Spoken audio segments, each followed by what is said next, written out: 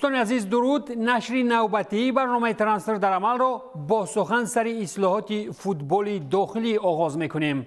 بعد اعلان تنفس در لیگ عالی بیشتر از تغییرات کادری دسته غرق بوران از کنار رود سیر بسیارتر خبرها چرخ میزنند. خبرها در مورد تیم خوجند را ترک کردن حمله‌ور سربی دارکو بیدوف هم الکی پهن شدند. لیونل آدامز باشد بازیگر نوبتی از تیم خوجند رفته دانسته شده از این پس در صف ژتسوی قزاقستان بازی خواهد کرد. علاوه بر این تیم خوجند با 3 تن از فوتبالبازان خود دلیر یادگوروف، عبدالمومن زبیروف و فیردوس چقلوف قرارداد همکاری را بکار کرد. خبر می‌دهد صحیفه فیسبوکی جهانی فوتبالی تاجیک. این قرار هم احتمالاً به نتیجه‌های بدی دستوی ربط دارند. همچنین بعد هیچ به خود نآمدن این تیم دایم تلاش کننده بهر زینه‌های افتخاری، رهبریت دسته خوجند به خلاصه آمدند که قرارداد همکاری را با نومان حسنوف بکار کنند. دسته باشد بعد مساوی با فیضکند در بازی اخیر در زینه نهمی جدول لیگ عالی مملکت قرار دارد. سر از آغاز کاری رفزنه تابستان ترانسفری، عوض‌کنی‌های کادری در تیم‌ها زیاد به چشم می‌رسند. یکی را از دسته جواب می‌دهند و دیگری را با ضیافت قبول می‌کنند. با شروع سخن سر این موضوع نخست از لیگ یکم گپ را سر می‌کنیم. لیون از رفتن موسی دیمبله و اوساما آوار اعلان نمود. هر دو این بازیگران با انجام‌یابی مهلت شرطنامه از دسته می‌روند. دیمبله در صف المپیک لیون از سال 2018 برآمد نموده در چمپیونات فرانسه 3 موسم اخیر بیشتر از همدستگانش گلزنی کرده است. این بازیگر 26 ساله همچنین سال 2021 در اتلتیکو به طور اجاره بازی کرده است. اوساما آوار 24 ساله باشد در صف المپیک لیون کلی مسند ورزشی را پس سر نموده در دوام 233 بازی با 41 گل و 36 پرتافت گلی از میدان بیرون شده است. خبر داده می شود که این بازیگر به صف راما می پیوندد. اصلا به نتیجه های لیون در موسم سپری شده نگریم. تیم المپیک با اشغال زینه هفتم در چمپیونات کلی امکانیت های رسیدن به یوروجام های موسم بعدی را از دست داده. رخصت دادن چندی از بازیگران هم البته به منفیت کار خواهد بود. پیشتر که در مورد رفتن بیلینگهم از بروسیا دورتموند گفتیم، این نوبت علاوه میکنیم که ریال و بروسیا در مورد گزارش بازیگر انگلیس بر عوض 103.31 میلیون یورو اعلان نمودند. بروسیا دورتموند در مورد گفت و شنیدهای موفق اوید گزارش نیمه‌نهاییگر 19 ساله به تیم مادرید اعلان کرد. از برای بازیگر منتخب انگلیا تیم آلمانی 103 میلیون یورو به دست آورده. همچنین تا 30% از ارزش گزارش من بعده یا خود 39 میلیون یورو دیگر نیز میتواند شامل خزینه کند. با قول رسانه ها جود و ریال شرطنامه 6 ساله امضا نموده. در مسیر این مهلت جانب ها می توانند مبلغ علاوگی عاید برآمد موفق بازیگر را معین کنند. خود بیلینگهم باشد به صف بروسیا ماه ایولی سال 2020 از بیرمینگهم برای عوض 25 میلیون یورو گزارش کرده. در دوام 3 موسم فوتبالی در آلمان 132 بازی گذراند، 24 گل زد، 25 پرتافت گلی نمود، 32 کارت زرد گرفت و بعد گرفتن یک کارت سرخ دیگر از میدان رانده شد. اکنون که در خط پیش ریال جوانی شوی پوره به نظر می رسد، باید که نتیجه های دستاوی هم سالم و جدید باشند. مخلصان ریال مادرید هم امیدوارند که شادی سیتی وقت مبارزه ها با تیم شاهانه فقط تصادفی و در 100 سال یک بار بوده است. زمانی که تیم‌های فوتبالی در لیگ‌های مختلف در بازار سخت دست به کارند، منتخب فوتبال اوکراین هم سرمربی نو یافت.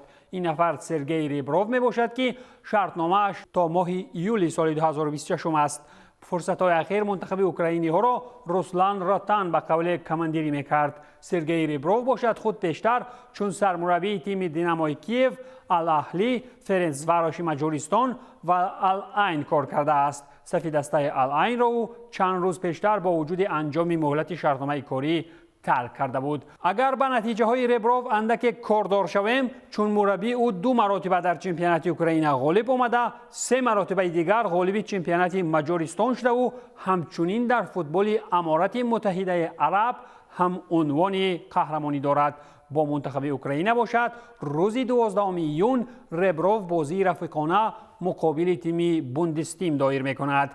در دایره مرحله انتخابی یورو 2024 باشد دسته ربروف با منتخب مکدونیای شمالی روز 16 ایون و با منتخب مالتا روز 19 ایون اندر میدان رقابت می شود. بعد وضع مشکلی به میان آمده در اوکراین، فکر می کنم که دیگر راه خط یورو 2024 را اروپاییان بدون دایر کنی یگان بازی انتخابی به اوکراینی ها تقدیم می کنند. درباره منتخب فوتبال اوکراین که گفتیم، درباره تیم لونین اوکراینی هم باید گفت. تیم دروازه‌بان اندری لونین البته رئال مادرید است. چند پیش گلزن اساسی خیش را از دست جواب داد. هرچند که شهرت و منزلت بنزما در تیم شاهانه بیشتر شد و محض به شرافت برآمد موفق در این تیم او به توپ طلایی هم رسید، ولی اخیراً چون فوتبال بازان دیگری به ناموس از برای پول شده دسته موفق ترین دنیایی را کنار گذاشت. کریم بنزما اصلا دستپروری باشگاه فرانسوی لیون بوده، در صف رئال مادرید باشد از سال 2009 برآمد می کند.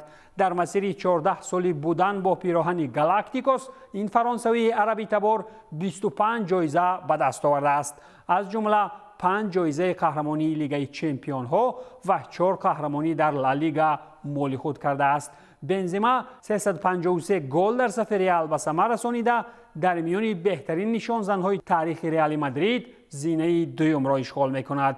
گل های بیشتر از او را باشد کریستیانو رونالدو به ثمر رسانیده است که آن هم 450 گل است. در همین موسم باشد کریم 30 گل در 42 بازی های رئال مادرید به ثمر رسانیده و با انجام موسم گزارش به سطح تیم سعودیان نمود. تیم سعودی الاتحاد نیز با دبدبه و با تنتنه از گزارش کریم اعلان کرد. شرطنامه بازیگر 35 ساله تا سال 2026 در نظر گرفته شده، هر ساله کریم 100 میلیون یورو به دست می آورد. قابل قید است که تیم الاتحاد این موسم غالب چمپیونات عربستان سعودی شده. النصر کریستیانو رونالدو باشد اشغال زینه دوم نموده بود. گزارش کریم بنزما از تیم شاهانه به دسته شیخانه البته معنای آن را دارد که در برابر مسیحیان و بتپرستان حاجی کریم هم دیر هم شده باشد به خالی کنی کیسه شیخان آغاز می کند. از دسته فلورنتینو پرز بر زمین رفتن بنزما چند بازیگر دیگر نیز رفتند. یکی از آنها ایدن هازارد است که از رفتن این بازیگر در تمام کوچه و خیابان‌های شهر مادرید توی است. تیم مادریدی و بلگیایی 32 ساله در مورد قطعی بر محل شرطنامه کاری به توافق رسیده توانستند و این هم شرطنامه بود که تا تابستان سال 2024 مهلت داشت. زیرا رئال مادرید از هازارد بیزار بود و خود بازیگر هم دیگر از گرفتن معاش گران بر عوض بیکاری در کورس‌های احتیاطی ننگ پیدا کرد. هازارد اصلا از چلسی تابستان سال 2019 بر رئال بر عوض 115 میلیون یورو گزارش نموده.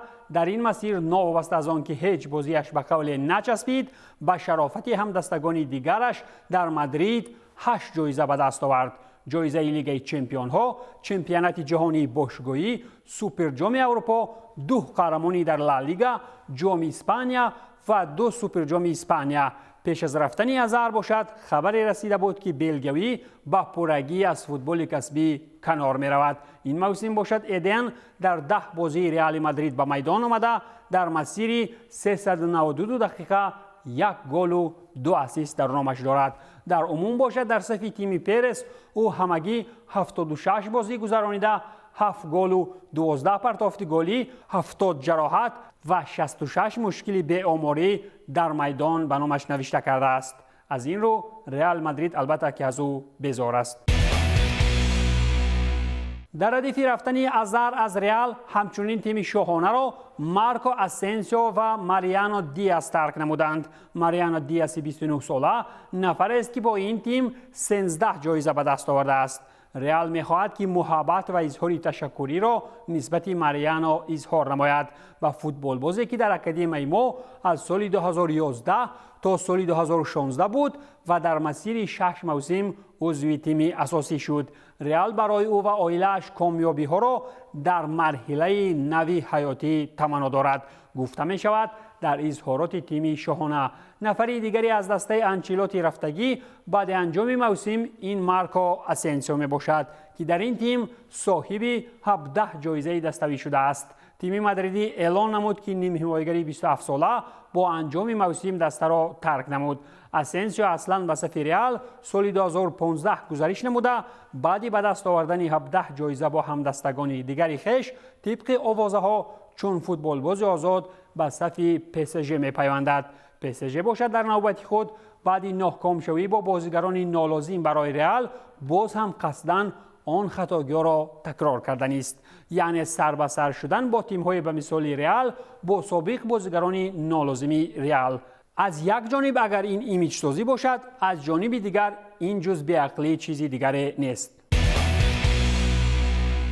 گپ که سری PSG رفت موضوع را دوام می‌دهیم، زیرا این دسته نیز بعد انجام موسم نوبتی فوتبالی نه تنها سرمربی دسته خویش کریستیاف گالتیه را از کار جواب داد، بلکه با یک زمره بازیگران صاحب نام خیر و خوش کرد. یکی از آنها سرخیو راموس می باشد که در صف تیم پاریژی 2 سال گذرانید. راموس نفری واقعا هم کسبی است که با خود تجربه، انتظام و روحیه مبارز بودن را آورد. او نمونه واقعی خود قربان کنی در تیم و تشنه پیروزی در همه بازی ها بود. در 57 بازی این فوتبال باز که یکی از دفاعگران بهترین همه دور و زمان ها دانسته می شود 5 گل در صف PSG به ثمر رسانید. ما خوشنودیم که راموس با اراده قوی شرف تیم ما را حمایت می کرد. برایش صدقاً کلی بهترین ها را در آینده مسند ورزشی خواهانیم. گفته می شود در اظهارات دسته پاریژی.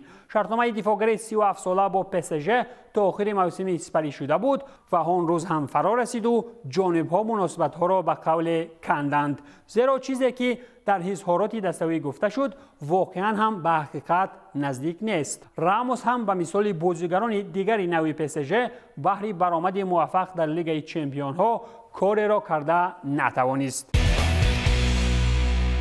بازیگر دیگری صاحب نامی که چند پیش صف PSG را با چهره خندان و پول گران ترک نمود این مسی دستان است. سرگذشت پاریژی با همین بعد 2 سال خاتمه یافت. آن سخن‌های قبیح و نافارمی را که مسی از جانب مخلصان در پاریژ میشنید در 20 سال پیشین کار فوتبالیش حتی درباره آنها فکر هم نمی‌کرد. بازیگر نامور آرژانتینی در لیگ یکم فرانسه دارای آمار 57 بازی، 22 گل و 30 پرتافت گلی و خدمت خیرسانه در لیگ چمپیون ها بوده. به مثال رونالدو در یوونتوس بهر برآوردن آرمان‌های اساسی پاریژیان در لیگ چمپیون ها اصلاً هیچ بزرگیش را نشان داده نتوانست، ولی از حساب پولگرکنی باشد 7 پشت اولادش را تامین کرده توانست. مسی بعد آنی که پاریژ را رسما ترک نمود پولی باز هم بیشتر او را در سرزمین عربیان و یک پیاله چای و صداقتمندی و محبت در بارسلونا او را انتظار بود، ولی او برای هر دوی جانب‌ها شب خیر گفت و وریانتی باز هم قلایتر را انتخاب کرد. مسی شرطنامه کاری با اینتر میامی نوشته کرد، زیرا گرفتن توپ طلایی دیگر معنی ندارد. از این بعد مسی در آمریکا با جمع آوری کنی اسکار آغاز می‌کند. لیونل مسی خود از گزارشش به دسته آخرین کنفرانس شرقی MLS اعلان نموده علاقه رسانه‌ها از آمارهای باز هم پرگلی مسی دستان در دسته بکخ میگویند. خلاص که دیگر عربیان هرچند که با پیشنهاد 400 میلیون خویش انگشت حیرت بگزند و مخلصان بارسا به قول این کیدت اصل را نبخشند هم دیگر هیچ فایده ندارد. من بعد گپزنی اساسی و شیف فوتبال معاصر آمریکاییان خواهند بود. هموطن مسی و یکی از قهرمانان جهان در قطر آنخل دی ماریا باشد صف یوونتوس را ترک نمود. این بازیگر میتواند به صف بنفیکا برگردد. در سخن‌های خیربادی خویش دی ماریا نیز از وفاداری و صداقت نسبت تیم تورینی گفته برای امکانی فراهم آورده اظهار تشکری میکند. از روی معلومات گپزن اساسی مطلب‌های ترانسفری یا خود فابریزیو رومانو بنفیکا در آرزوی بستن شرطنامه دیگر باره با دیماریا می باشد، در تیمی که از سال 2007 تا سال 2010 برآمد کرده بود. و فکرم بهترش این نفر هم راه سمت کشور عربیان را پیش گیرد، زیرا بعد سن 35 سالگی امکان قله پول کارکنی دیگر در یگان جا زیر دست نمی آید. تیم دیگر ایتالیایی از شهر آزاده میلان که سال قبل سکودتو را در دست داشته بود، در حضور 70,000 مخلصان صداقتمند رسانه‌ای با زلاتان ابراهیموویچ بزرگ خیرباد کرد.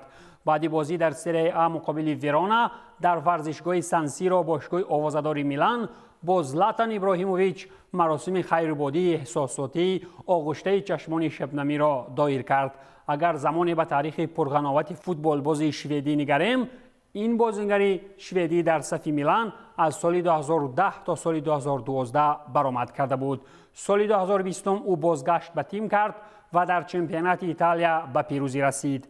بعد پوشیده شدن صحیفه سرگذشت پرشرف زلاتان با میلان، ابراهیموویچ 41 ساله از فوتبال و پرگی کنار می رود. رفتن زلاتان از مبارزه‌های میدانی خود رفتن یک چهره جسور و شخصیت آهنین را میماند.